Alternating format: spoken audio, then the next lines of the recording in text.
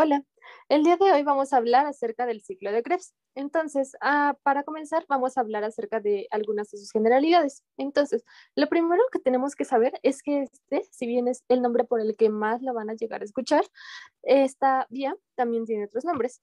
Por un lado, lo pueden llegar a escuchar, por ejemplo, como el ciclo del ácido cítrico y por otro, como el ciclo de los ácidos tricarboxílicos. Entonces, si escuchan cualquiera de estos tres nombres, nos estamos refiriendo exactamente a la misma vía, que es finalmente el ciclo de Krebs. Entonces, ahora sí, ya teniendo este punto aclarado, podemos comenzar a hablar como tal acerca de este ciclo. Entonces, uno de los puntos más importantes que ya hemos mencionado en videos anteriores es que este ciclo es una vía anfibólica. ¿Por qué? Porque en este ciclo convergen diferentes vías, tanto vías catabólicas como vías anabólicas. Y además de esto, un punto muy importante es que converge el metabolismo de los diferentes macronutrientes que nosotros ingerimos a través de la dieta. Es decir, por ejemplo, los carbohidratos primero se metabolizan a través de la glucólisis para obtener piruvato. Posteriormente, el piruvato se convierte en acetilcoenzima A para entrar aquí al ciclo de Krebs. Lo mismo ocurre también, por ejemplo, en el caso de los aminoácidos, que pueden llegar a producirnos finalmente acetil-CoA, y asimismo también ocurre con los ácidos grasos. De esta manera, cualquiera de estos macronutrientes, al ser metabolizados, puede llegar a ser procesado a través del ciclo de Krebs. ¿Por qué? Porque todos llegaron a producirnos el acetilcoenzima A. Ahora, ¿cuál es el objetivo de este ciclo de Krebs? Tiene principalmente dos. Uno, oxidar por completo a estos compuestos y convertirlos en CO2 para poderlo desechar finalmente. Además de que al momento de que los oxida, vamos a ponerlo con esta flechita, también se encarga de obtener energía.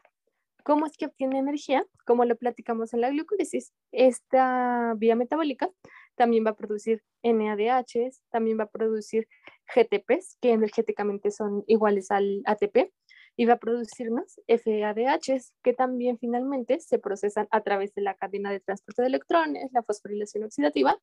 ¿Para qué? Para darnos ATPs y por ende energía.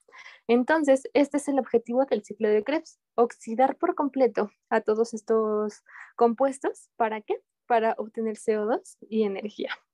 Ahora bien, ¿dónde es que se lleva a cabo esta vía metabólica? Pues se produce en las mitocondrias. Más específicamente, se produce en la matriz mitocondrial. Solamente hay que aclarar aquí que hay una enzima, solamente una enzima, que va a encontrarse no en la matriz mitocondrial, sino en la membrana mitocondrial. ¿Ok? Esta la vamos a aclarar más adelante, pero en general todas las enzimas del ciclo de Krebs se encuentran en la matriz, ¿ok? En la matriz de la mitocondria. Ahora sí, ¿qué más tenemos que saber acerca de este ciclo de Krebs? Un punto muy importante y que también lo caracteriza de otras vías metabólicas es que en este vamos a encontrar que existen reacciones conocidas como reacciones anapleróticas. ¿A qué nos estamos refiriendo cuando hablamos de las reacciones anapleróticas? Básicamente a reacciones como de reposición.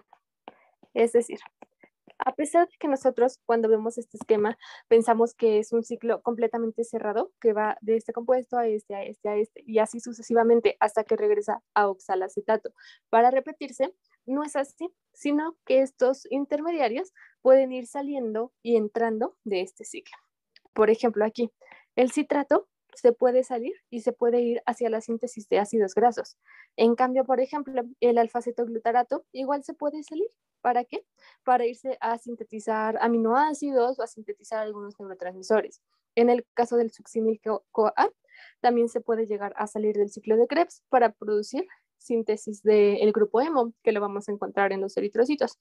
O en el caso del malato, también se puede ir hacia la gluconeogénesis, perdón.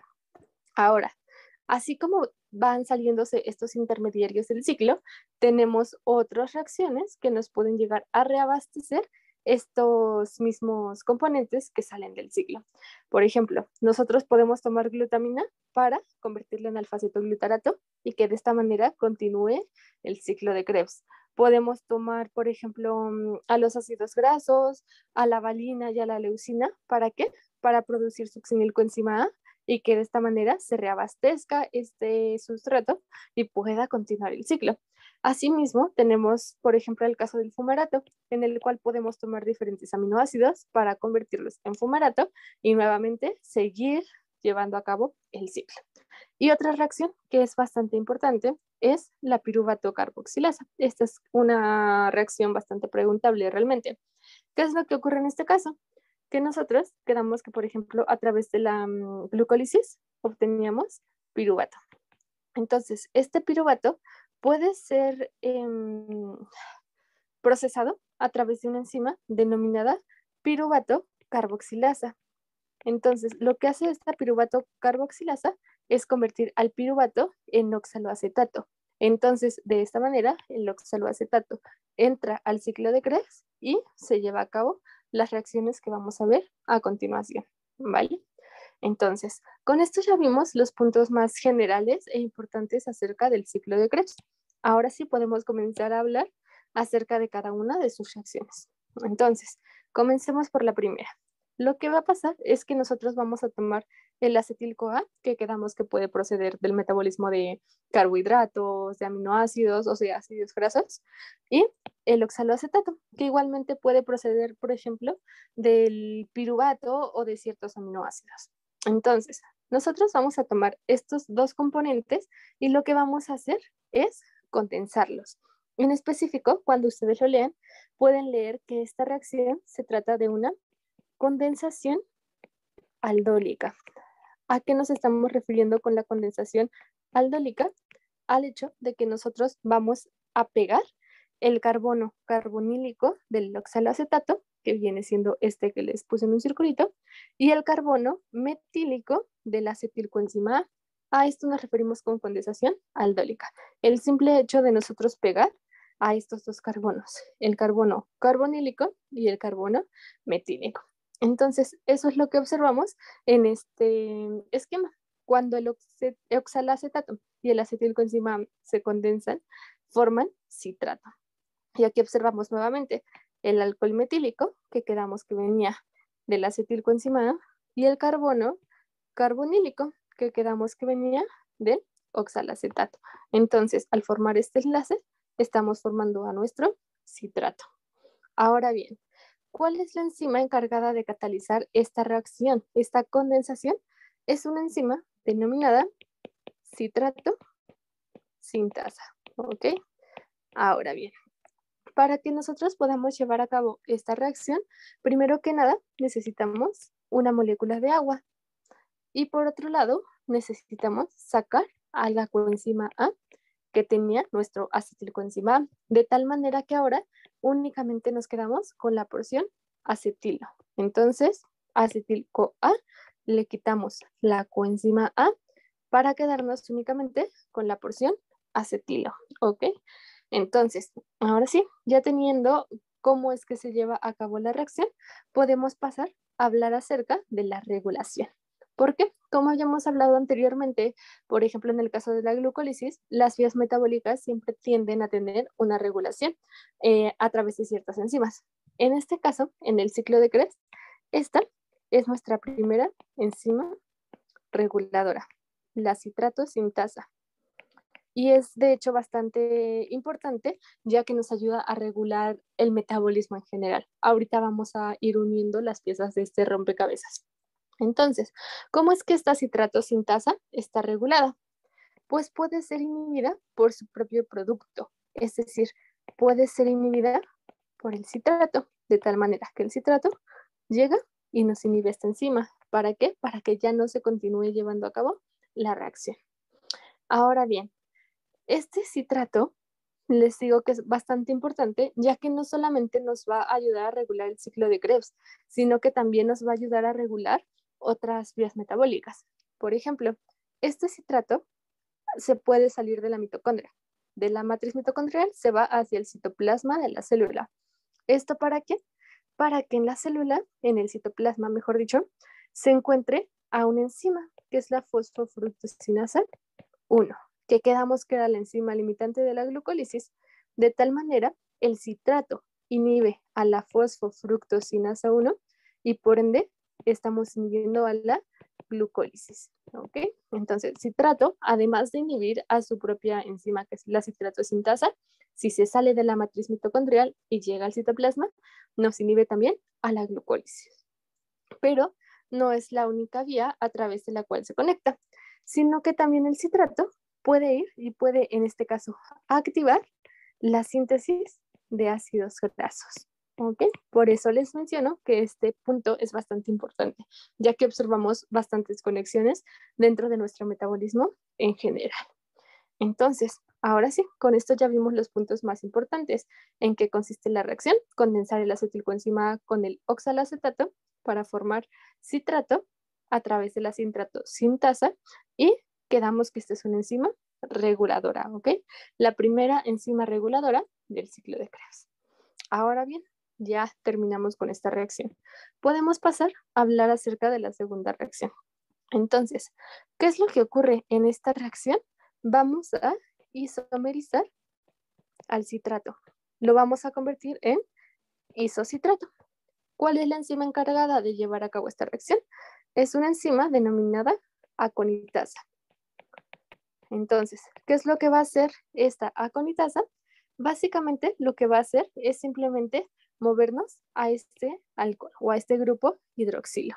Es decir, aquí observamos que está en esta posición y ¿qué es lo que ocurre? Que para convertirlo en isocitrato, lo pasa hacia acá. Es simplemente esto en lo que consiste la reacción. Movemos este grupo alcohol o este grupo hidroxilo, ¿para qué? Para convertir al citrato en isocitrato. Ahora, un punto bastante importante acerca de esta reacción es que va a depender de la bibliografía si lo leen como una reacción única o como dos. ¿A qué me refiero con esto? A que en realidad, a pesar de que aquí lo estamos representando a través de una sola reacción, se lleva a cabo por dos. Es decir, primero, la misma aconitasa va a convertir al citrato en cisaconitato y posteriormente la misma enzima aconitasa convierte al cisaconitato en isocitrato. Entonces, ¿por qué es que que algunos autores no consideran esta reacción? Porque en la conversión de citrato a cisaconitato sale una molécula de agua, es decir, estamos deshidratándola. Y en la conversión de cisaconitato a isocitrato metemos una molécula de agua, es decir, la estamos hidratando. Por ende, como es la misma cantidad de moléculas que salen, que es la que entran, en realidad muchos autores lo consideran como una reacción única. Pero de todos modos, me parecía importante hacer este paréntesis porque dependiendo de la bibliografía que consulten, pueden ver que primero el citrato se va a cisaconitato y posteriormente a isocitrato, o algunos simplemente manejan de citrato a isocitrato, ¿vale?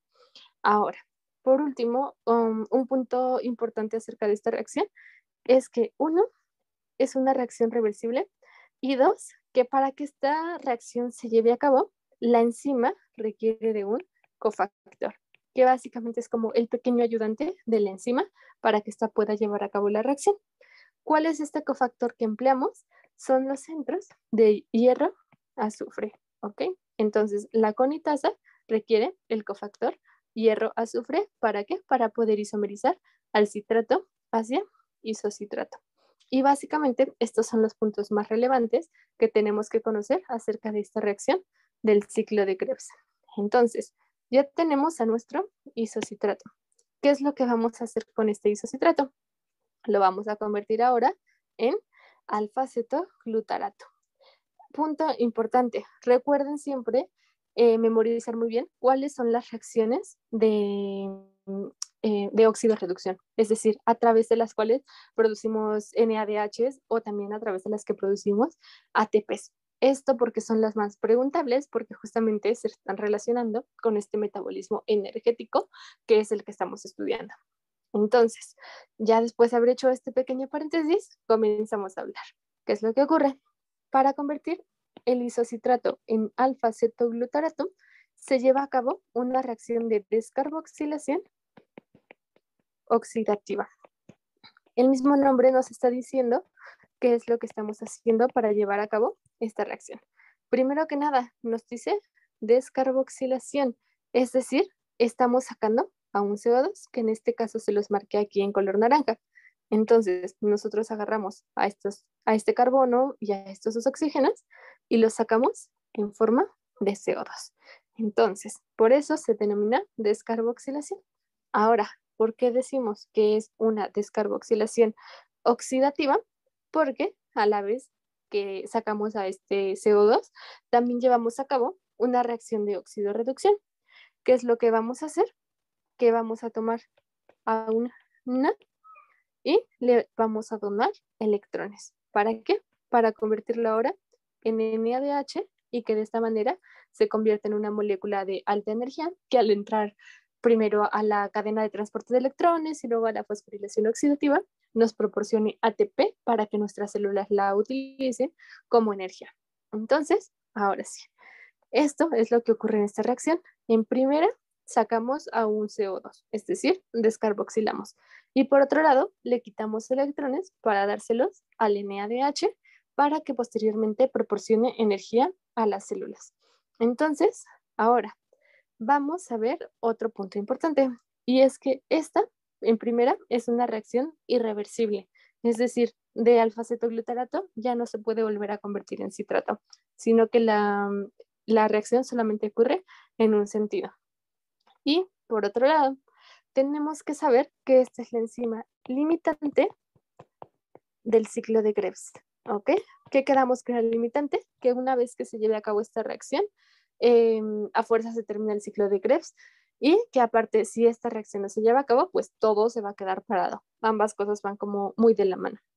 Ahora, siempre que hablamos de estas reacciones reguladoras, limitantes, etcétera, hablamos de que tienen a sus activadores y de que tienen a sus inhibidores. Entonces, comenzamos hablando de quién es quien activa a esta enzima, que ahorita que me acuerdo me olvidó darles el nombre. La enzima que cataliza esta reacción es la isocitrato deshidrogenasa, ¿ok? Entonces, ahora sí, esta isocitrato deshidrogenasa cataliza esta reacción limitante. Y ahora bien, continuando, ¿quién es quien activa a esta isocitrato deshidrogenasa? El ADP. ¿Por qué? Recordemos que el ADP es una molécula que nos está indicando baja energía, ¿ok? Y ahora, ¿cómo es que este ADP puede inhibirnos a esta enzima? Lo hace a través de una inhibición alostérica. Es decir, se pega a la enzima y con esto la inactiva. Y aparte del ADP, también tenemos que el calcio es capaz de inhibirnos a la enzima, ¿vale? Ahora, ¿quién nos la inhibe? Estuvimos hablando ahorita de los activadores. Ahora, ¿quién la inhibe? La inhiben por un lado el ATP y por otro lado el NADH, ya que ambas moléculas nos están indicando que existe una alta energía, ¿vale? Entonces, ahora sí, ya vimos los puntos importantes acerca de esta reacción. Entonces, pasamos a hablar de la siguiente. Ya tenemos a nuestro alfa-cetoglutarato. ¿Qué es lo que vamos a hacer con este alfa-cetoglutarato? Lo vamos a procesar, a través de la alfa-cetoglutarato, si los voy a abreviar así, deshidrogenasa.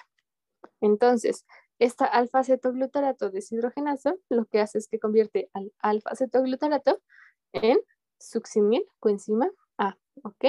¿Cómo es que vamos a hacer para convertir a este alfa-cetoglutarato en acetil coenzima A?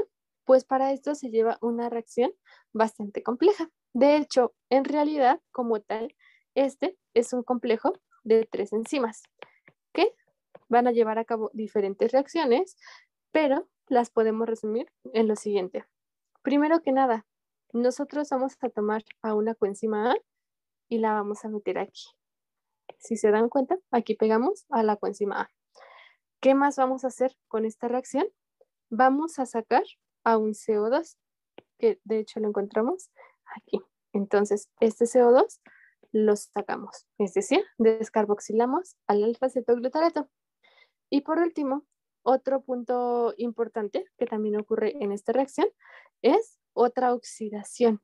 Es decir, en este caso vamos a quitarle electrones al alfa-cetoglutarato para dárselos al NAD y convertirlo en NADH. Entonces, como les digo, esta reacción es un poco compleja, pero la resumimos en que metemos una coenzima A, sacamos un CO2 y producimos un NADH. ¿Por qué? Porque el alfa-cetoglutarato le donó electrones. ¿Para qué? Para posteriormente producir energía a partir de este. Entonces, ahora sí, ¿qué más hay que saber aquí?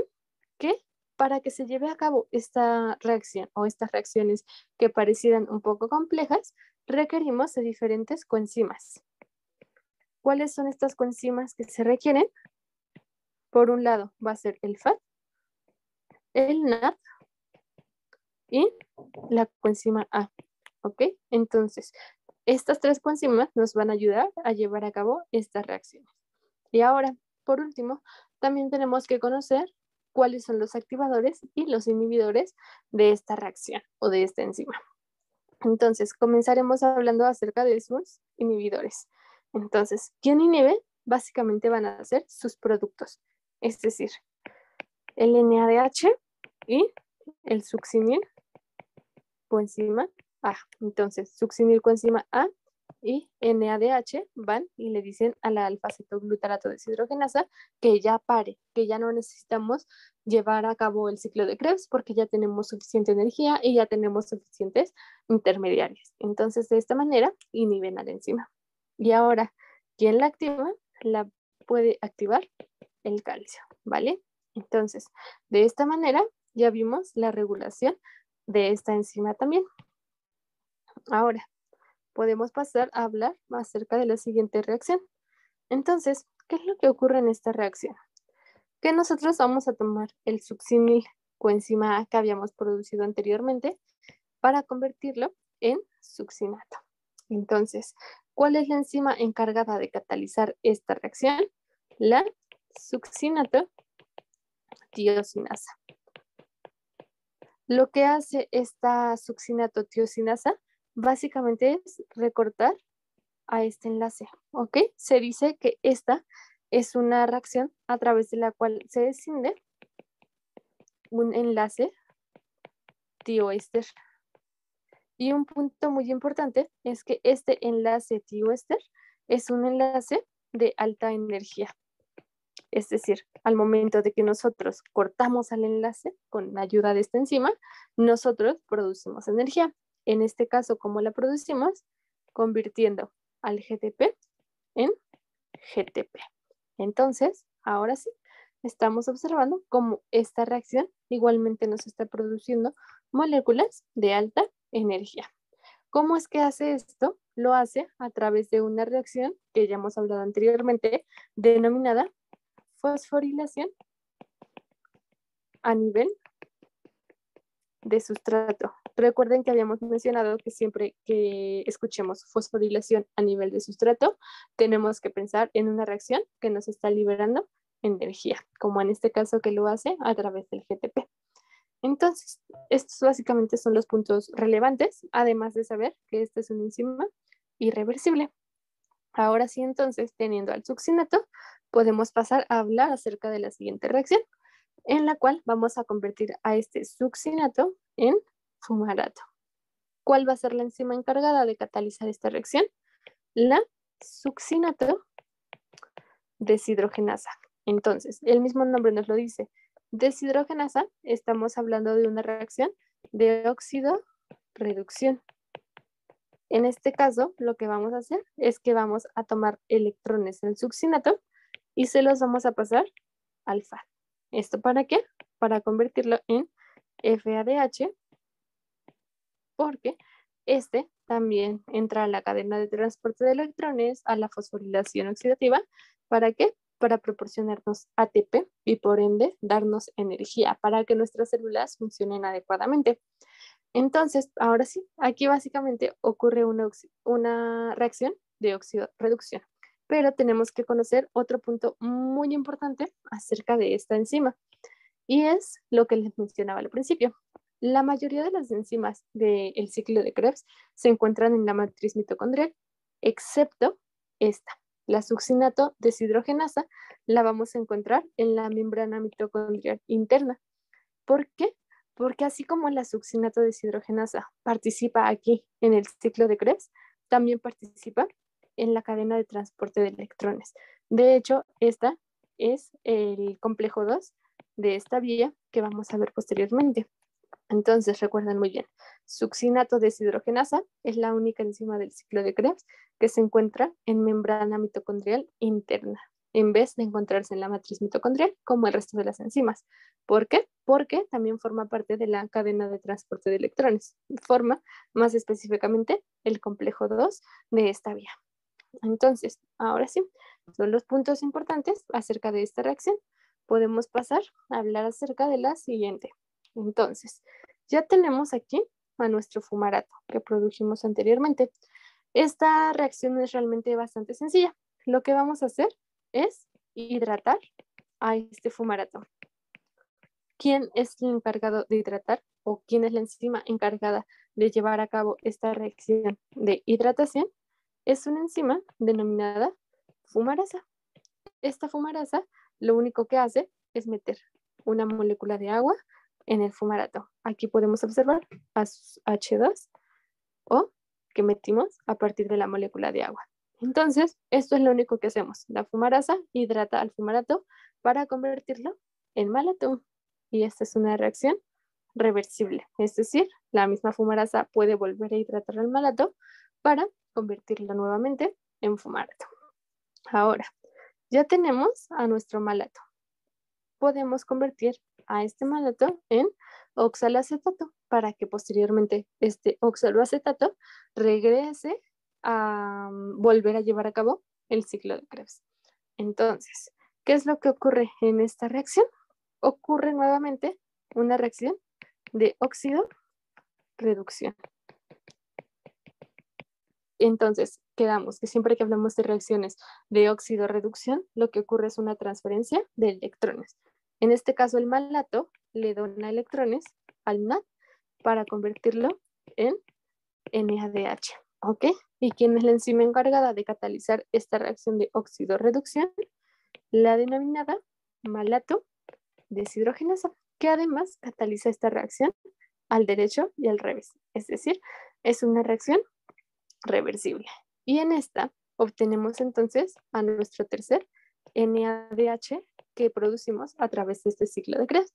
Y ya con esto, ahorita vamos a hacer el recuento energético, pero ya vimos que entonces se producen 3 NADH, vimos que se produce un FADH y un GTP. Es decir, este es un ciclo, una vía metabólica, a través de la cual también se produce bastante energía, ¿ok?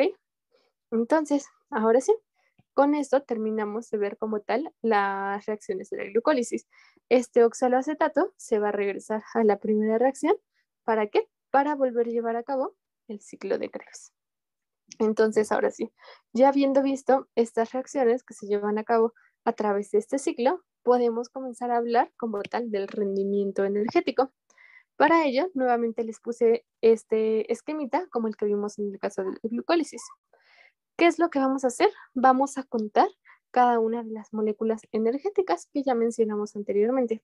Entonces, aquí tenemos para empezar un NADH, 2 NADH y 3 NADH. Entonces, ¿qué produjo el ciclo de Krebs? 3 NADH, produjo también aquí un FADH y produjo también un GTP. ¿Ok? Entonces, ahora sí, ¿esto en qué se traduce?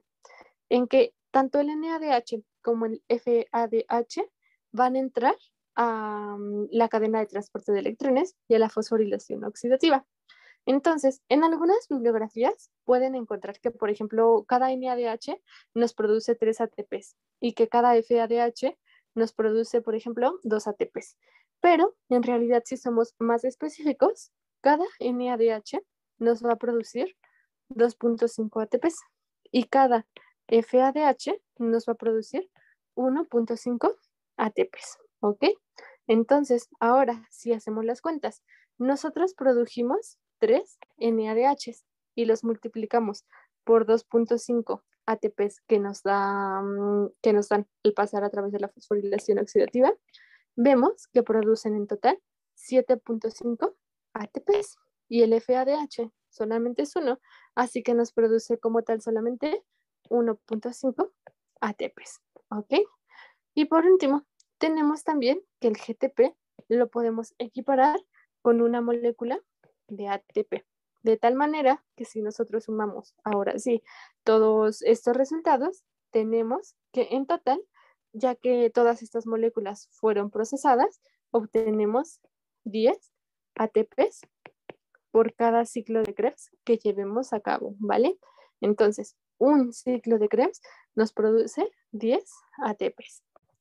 Y pues con esto básicamente ya terminamos de ver el balance o de ver el rendimiento energético que nos proporciona el ciclo de Krebs. Entonces, espero les sea de mucha ayuda este video, espero haberme explicado y cualquier duda que lleguen a tener, estaremos al pendiente de los comentarios y de nuestros mensajes a través de la página de Facebook que les dejamos en la descripción. Entonces, suscríbanse al canal y nos vemos próximamente para hablar acerca de nuevos temas. Y muchas gracias por ver.